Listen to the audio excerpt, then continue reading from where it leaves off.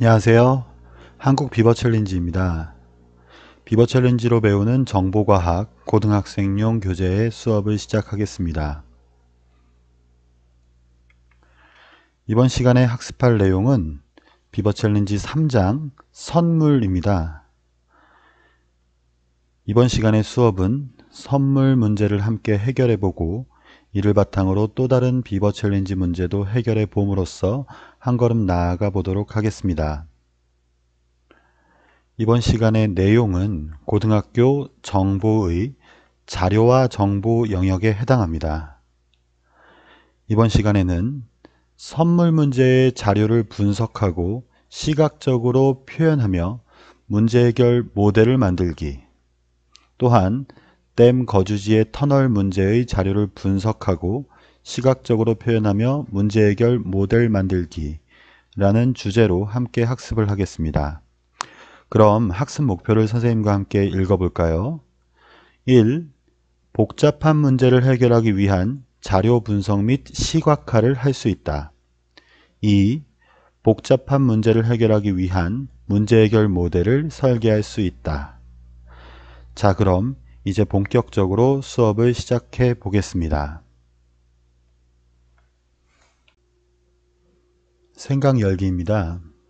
고산자 김정호 선생님은 오늘날의 지도와 비교해도 손색 없을 정도로 상세하고 정확한 지도인 대동여지도를 만들었습니다. 여러분들 아마 한 번씩은 들어보셨을 텐데요. 조선이 근대화되기 이전인 1861년에 총 22권의 책을 모두 펼쳐 연결하면 한반도 지도가 나오게 되는 멋진 펼침북을 만든 것입니다. 네, 위에 지금 그림으로 고산자 김정호 선생님께서 만드신 대동여지도의 모습이 나오고 있는데요. 선생님은 이 지도를 보면서 이런 생각을 한번 해봤어요. 김정호 선생님이 대동여지도를 만든 이유는 무엇일까요? 아마 김정호 선생님과 관련된 영화를 본 학생들은 그 이유를 잘 알고 있겠지만 많은 사람들이 지도가 없기 때문에 어디서 어디로 이동하거나 물건을 팔러 가거나 과거 시험을 보러 가거나 할 때 굉장히 어려움과 불편함이 많았겠죠.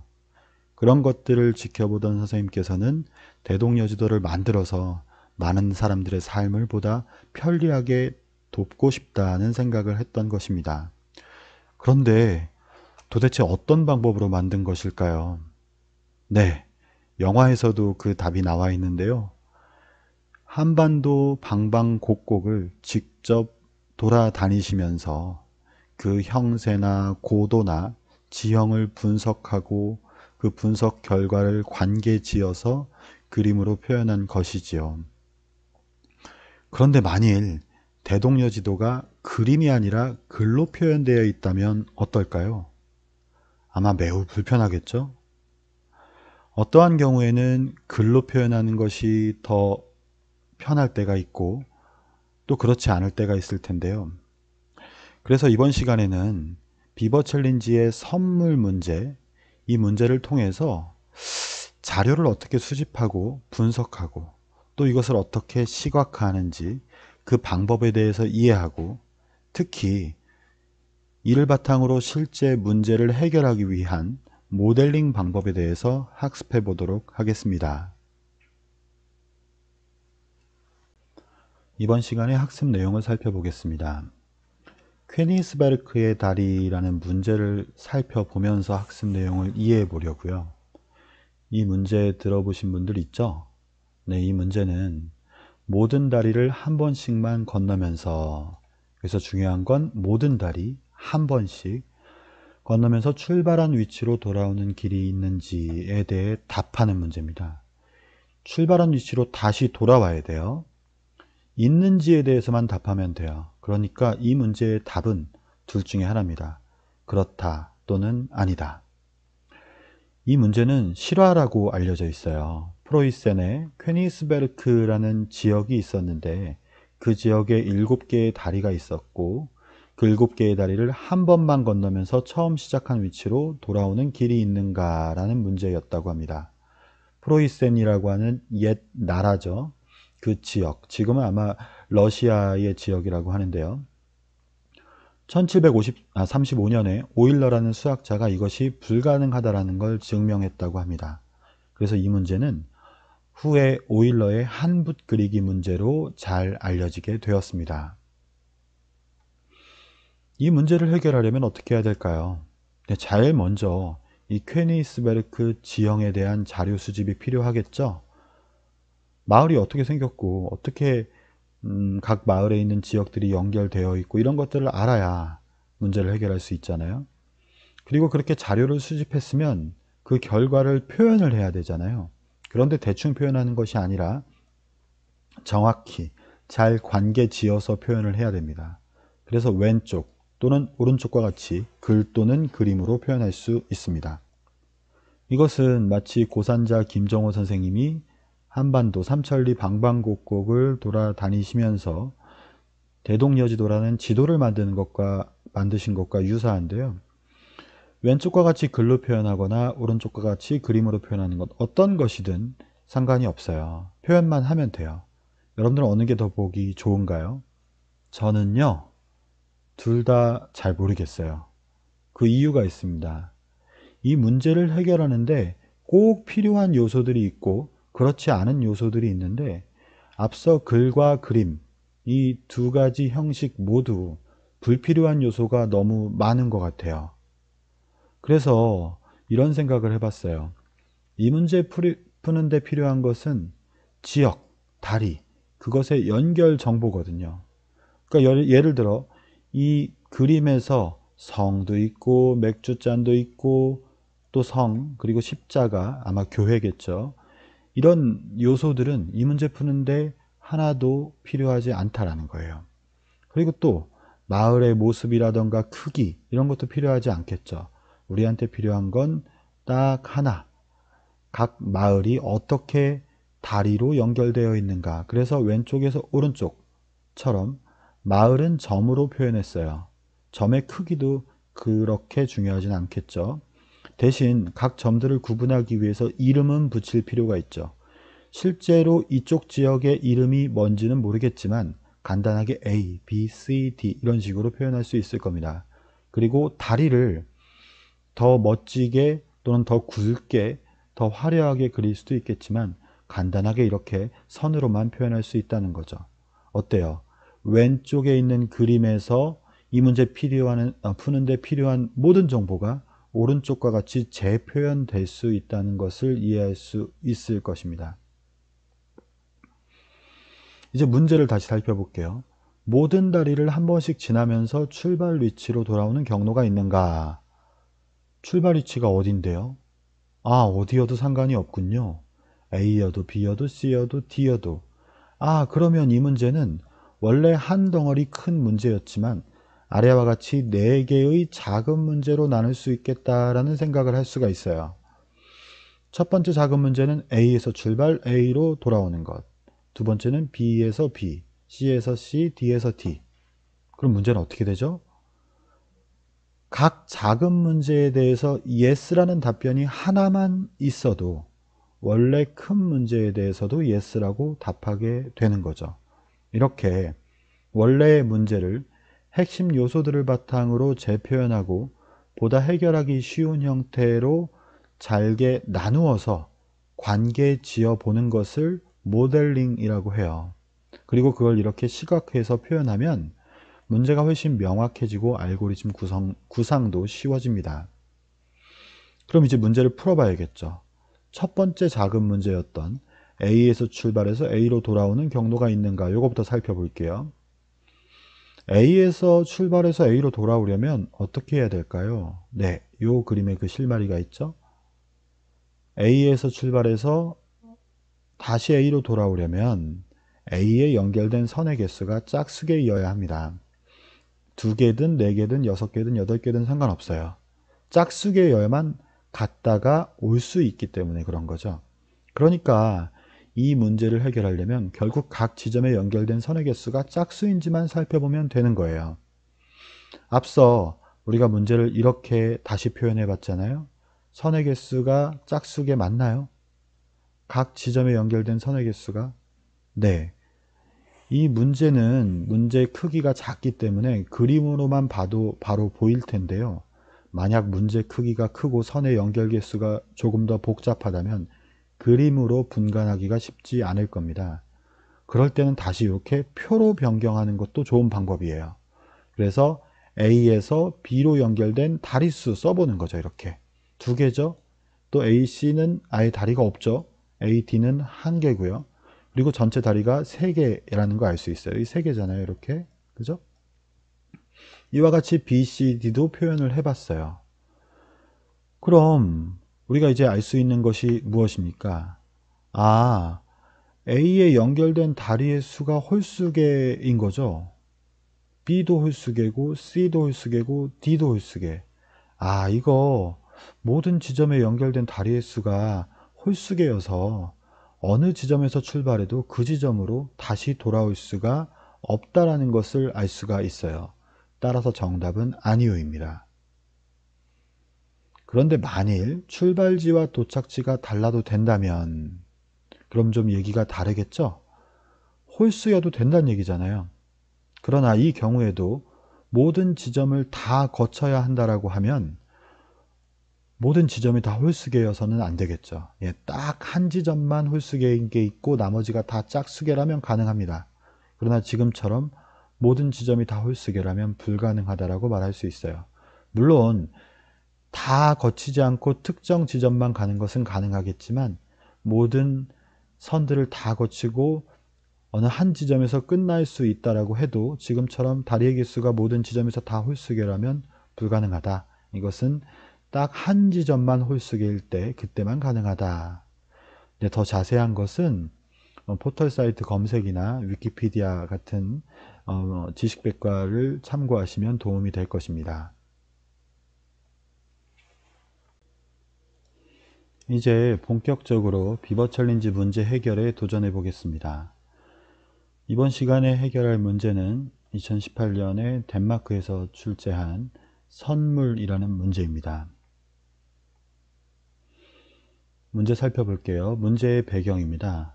아래 그림에는 같은 동네에 사는 아이들의 친구 관계가 나타나 있다. 아, 이것이 지금 친구들의 관계인가 봐요. 이름이 적혀 있는 원이 선으로 연결되어 있으면 두 아이는 서로 친구라는 것을 나타내는 것이다. 사람 모습이 그려져 있지도 않고 그리고 어떤 멋진 그림이 있지도 않지만 앞서 퀘니스베르크 문제처럼 여기에서도 간단하게 친구들의 관계가 그림으로 나타낸 것을 알 수 있습니다. 친구들이 지금 파티를 준비하고 있는데 서로 친구 관계인 아이 중 한 명은 다른 친구에게 줄 선물을 사와야 한대요. 그림에는 그 아이가 구입해야 할 선물의 개수가 함께 적혀 있대요. 예를 들어서 테드 옆에 1 써 있잖아요. 테드는 선물을 한 개 사와야 돼요. 그런데 이 한 개의 선물을 누구에게 주느냐? 테드랑 친구 관계, 즉 질 또는 킴에게 주게 된다는 거죠. 근데 선물이 한 개니까 질한테 줄지 킴한테 줄지, 아, 이것이 문제이겠네요.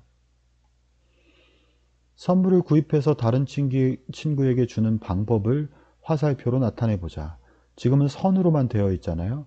이것을 이런 식으로 화살표로 표현을 해보자는 거예요. 지금 앞서 이야기했던 것처럼 테드가 이 한 개의 선물을 누구에게, 질이냐 킴이냐, 그것이 알고 싶다, 이런 거죠. 네, 이러한 문제는 그냥 막 해결하지 마시고요. 앞서 이야기했던 것처럼 문제를 해결하는 과정을 차근차근 지켜가면서 해결하면 다른 문제들 해결할 때도 큰 도움이 될 것입니다. 이 활동지는 비버 챌린지 2 교재를 출판하는 출판사 홈페이지에서 로그인하면 무료로 다운로드 받으실 수 있습니다. 자, 이제 본격적으로 문제를 해결해 볼까요? 이 문제를 해결하기 위해서 먼저 문제를 분석을 해 봐야겠죠. 현재 상태, 목표 상태, 이제 익숙해졌겠죠. 현재 상태는 7명이, 밑에 있는 이 7명이 자신의 친구에게 선물을 주는 방법을 모르는 상태예요. 그래서 다 선으로만 표시되어 있잖아요. 화살표가 하나도 없잖아요. 친구는 테드, 탐, 질, 킴, 애나, 밥, 수인데요. 목표 상태는 그럼 모두 다 알아낸 상태이겠죠. 이것이 지금 선이 10개인데 이걸 화살표로 나타내게 되면 목표 상태에 이르게 된 거고 문제가 해결된 것이 되겠죠. 이 문제를 해결하는데 핵심적인 요소, 꼭 필요한 요소는 무엇입니까? 네, 먼저 7명의 아이들 간의 친구 관계가 필요합니다. 그런데 아무렇게나 선물을 줄 수 있는 것이 아니라 친구라고 할지라도 못 줄 수도 있죠. 왜냐하면 선물의 수가 정해져 있기 때문이죠. 그래서 이렇게 정리할 수 있어요. 친구에게만 선물 줄 수 있음. 선물의 개수가 정해져 있으니 그 안에서 선물을 줘야 함. 이렇게 되는 거죠. 자, 이제 모델링을 해봅시다. 이 문제를 해결하기 위해서는 모든 아이가 자신의 친구에게 정해진 수만큼 선물할 수 있도록 만드는 10개의 화살표 조합을 찾아야 돼요. 그죠? A가 B에게 선물을 주면 A는 B에게 선물을 받을 수 없다. 그죠? 화살표가 한쪽 방향으로만 향해야 되기 때문이죠. 근데 이렇게 됐을 때 가능한 화살표가 모두 몇 개냐? 네, 1024개의 조합이에요. 왜냐하면 화살표가 10개이기 때문에, 선이 10개이기 때문에 이것이 어느 방향, 왼쪽으로 향하냐, 오른쪽으로 향하냐, 이진수죠. 결국 2의 10제곱, 2의 10제곱, 1024개의 화살표 조합이 나와요. 굉장히 많죠. 그 중에 한 조합, 2의 10제곱의 1024개 조합 중에 딱 하나, 그것이 정답일 텐데요. 이 문제를 이 상태에서 해결하기는 굉장히 어렵습니다. 물론 막 눌러보고 막 해보고 이런 식으로 시행착오를 겪을 수도 있겠지만 그러기에는 1014라고 하는 문제의 공간이 결코 작은 공간이 아니에요. 특히나 사람이 손으로 머리로 직접 해결해야 한다면 말이죠. 그래서 조금 더 문제를 효율적으로 해결해 보기 위해서 그림을 표로 변환해 보겠습니다. 왼쪽에 있는 그림을 오른쪽과 같이 표로 변환하는 건 어렵지 않죠. 앞서 우리가 퀘니스베르크의 다리 문제에서도 이렇게 변환하는 것을 살펴보았잖아요. 네, 그래서 이렇게 변환을 해봤더니 조금 더 일목요연하게 보여요. 테드는 친구가 2명이에요. 그죠? 그리고 줄 수 있는 선물의 개수, 구입해야 되는 선물의 개수가 하나예요. 그럼 이 테드가 이것을 질이냐 킴이냐 누구에게 주느냐라는 걸 알 수가 있고요. 요 안에 써 있는 요 숫자는 친구 관계라고 보시면 될 것 같습니다. 이렇게 표로 나타내고 보니까 좀 특별한 상황을 발견할 수가 있어요. 특히 이 탐, 수, 밥 이 세 친구에 대해서 특별한 상황이 생기게 되는데요. 먼저 탐에 대한 이야기를 해볼게요. 탐은 선물이 2개예요. 그죠? 2개, 여기 2개잖아요. 그런데 친구도 2명이에요. 이건 끝났죠. 선물이 2개인데 친구가 2명이니까 탐은 반드시 질과 애나에게 선물을 줘야 됩니다. 탐은 반드시 질과 애나에게, 화살표가 이렇게 돼야 된다는 거예요. 이렇게. 그리고 자신은 받을 수가 없는 거죠. 이제 수를 살펴볼게요. 수는 선물이 3개예요. 그런데 친구도 3명이에요. 그렇잖아요? 그러니까 역시 수도 질과 킴, 밥에게 선물을 반드시 줘야 돼요. 자기 친구들에게 선물을 반드시 줘야 되는 이런 상황들이 만들어지게 된다는 거죠. 이제 밥을 살펴볼게요. 밥은 매우 특별해요. 왜냐하면 선물을 안 사와도 되는 특별한 사람이에요. 받을 수만 있어요. 그러면 밥은 받을 수 있는 친구가 지금 누굽니까? 애나 아니면 수겠죠. 연결된 선을 봤을 때. 밥은 줄 필요는 없고 애나 또는 수에게 받기만 하면 된다라는 걸 알 수가 있어요. 그런데 여기서 눈치챘죠? 아까 누구요? 수요. 수는 선물 3개 사와야 되는데 친구가 3명이에요. 아하, 이렇게 되는구나 라는 걸 알 수가 있습니다. 자, 이제 표를 조금 바꿔보려고 해요. 뭐냐 하면 친구 관계만 가지고는 문제를 풀 수는 없으니까 이제 문제의 상태를 하나씩 변경해 보려고 해요. 먼저 앞서 우리가 분석했던 탐, 밥, 수의 선물 주기 완료 상태를 반영하려고 합니다. 탐은 어땠죠? 네, 자기가 가지고 있는 거, 그죠? 자기가 가지고 있는 거 선물 2개를 지일과 애나에게 줘야 되는 거죠. 이거 줘야 됩니다. 준 것은 핑크색으로 표현해 봤고 완료됐는지를 표기한 거예요. 마찬가지로 받기만 할 수 있다 그랬잖아요.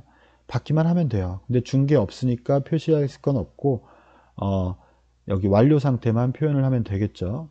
그 다음에 수는 어떻습니까? 네, 수는 3개인데 친구가 3명이니까 3명한테 다 줘야 되죠. 네, 이 3명 끝났습니다. 그럼 이제 안 끝난 친구들을 생각을 해봐야 될 텐데요. 먼저 NR을 좀 살펴볼게요. NR은 선물이 1개예요. 그런데 이거 누구 줘야 될까요? 네, 맞습니다. 밥한테 줘야 되죠. 왜냐하면 밥은 반드시 선물을 받아야 되는 특별한 친구이기 때문이죠. 그래서 이것을 또 반영을 할 수가 있겠죠. 그러면 이제 1명, 2명, 방금 NR가 끝났죠. 밥, 수는 아까 끝났고요. 4명이 완료되었습니다.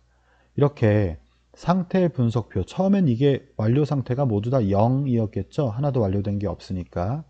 그런데 이제 제일 먼저 탐과 밥과 수가 끝났고 그 다음에 애나가 끝나서 4명이 완료됐어요. 이제 남은 건 테드 그리고 질, 킴 요 3사람 뿐입니다. 이 3사람에 대해서는 조금 다른 생각을 할 수가 있겠죠. 먼저 우리가 생각해야 되는 건 뭐냐면 원래 문제는 7명의 친구들에게 선물을 주고받는 관계를 찾는 것이었는데 4명은 끝났으니까 원래 문제를 이렇게 바꿔보려고 해요.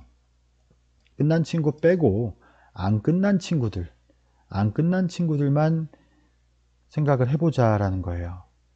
그랬더니 희한한 모양이 나오네요. 이 3 친구가 서로의 꼬리에 꼬리를 무는 순환 관계가 성립이 된다는 거죠.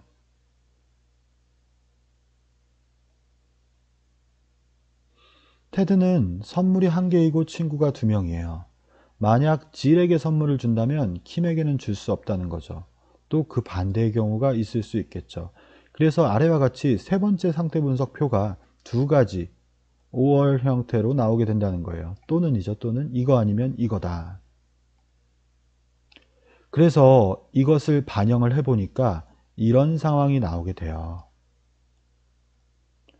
테드가 질한테 주거나 또는 받거나 그러면 테드는 그걸 김한테 주고 김은 질에게 주는 이 순환관계가 보시듯이 시계 방향이냐 아니면 반시계 방향이냐 이 둘 중에 하나밖에 없다라는 것이고 앞서 우리가 해결했던 나머지 문제 하나와 지금 해결한 이 작은 문제 이 2가지를 결합시키면 원래의 큰 문제가 나오게 되잖아요. 그래서 결국 이 문제의 정답은 목표 상태도 1 또는 목표 상태도 2 이 둘 중에 한 가지가 되는 것입니다.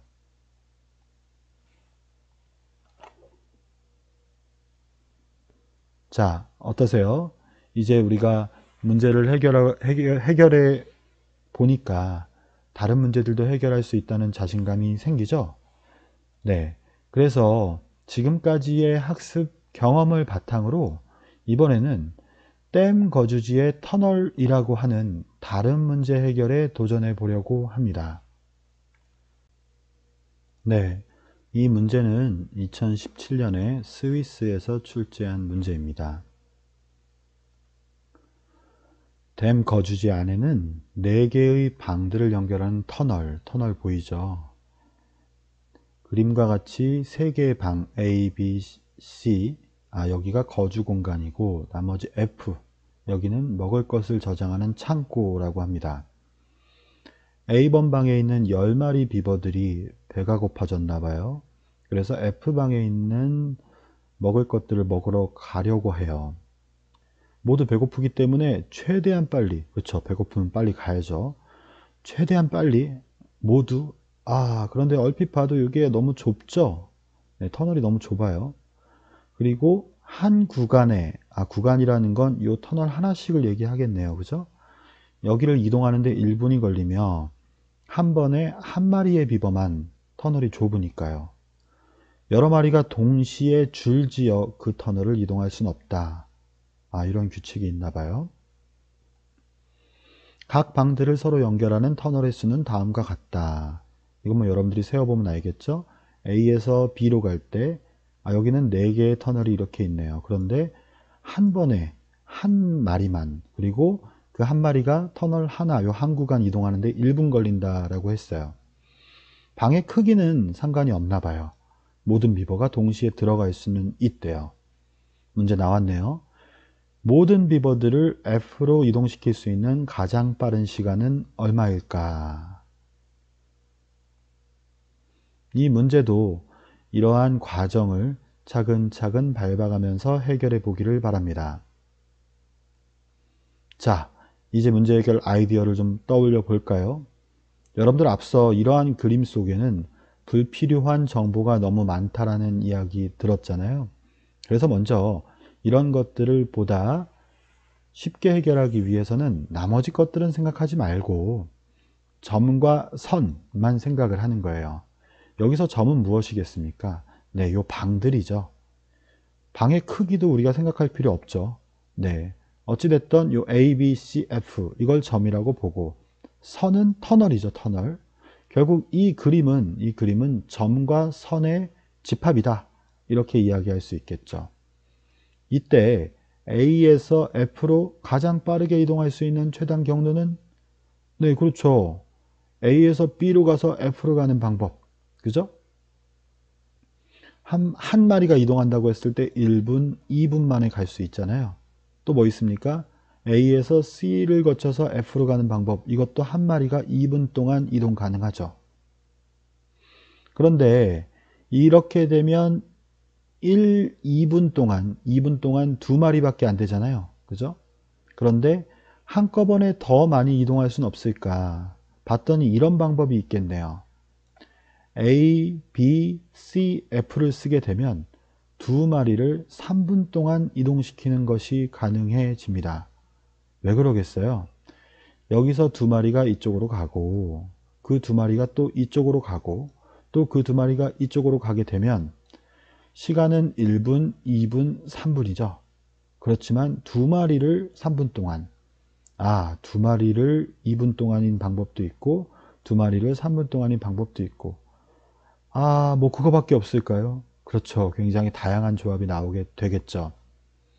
이 시간을 줄이는 게 목적이에요. 그죠? 그러려면 어떻게 해야 되는가? 아마 제일 먼저 할 수 있는 생각은 여기로 4마리 다 보내자. 이거일 거예요. 그런데 답이 안 나온다는 거 아시겠죠? 이렇게 되면 여기서 일로 바로 갈 수 있는 비버는 한 마리에 불과합니다.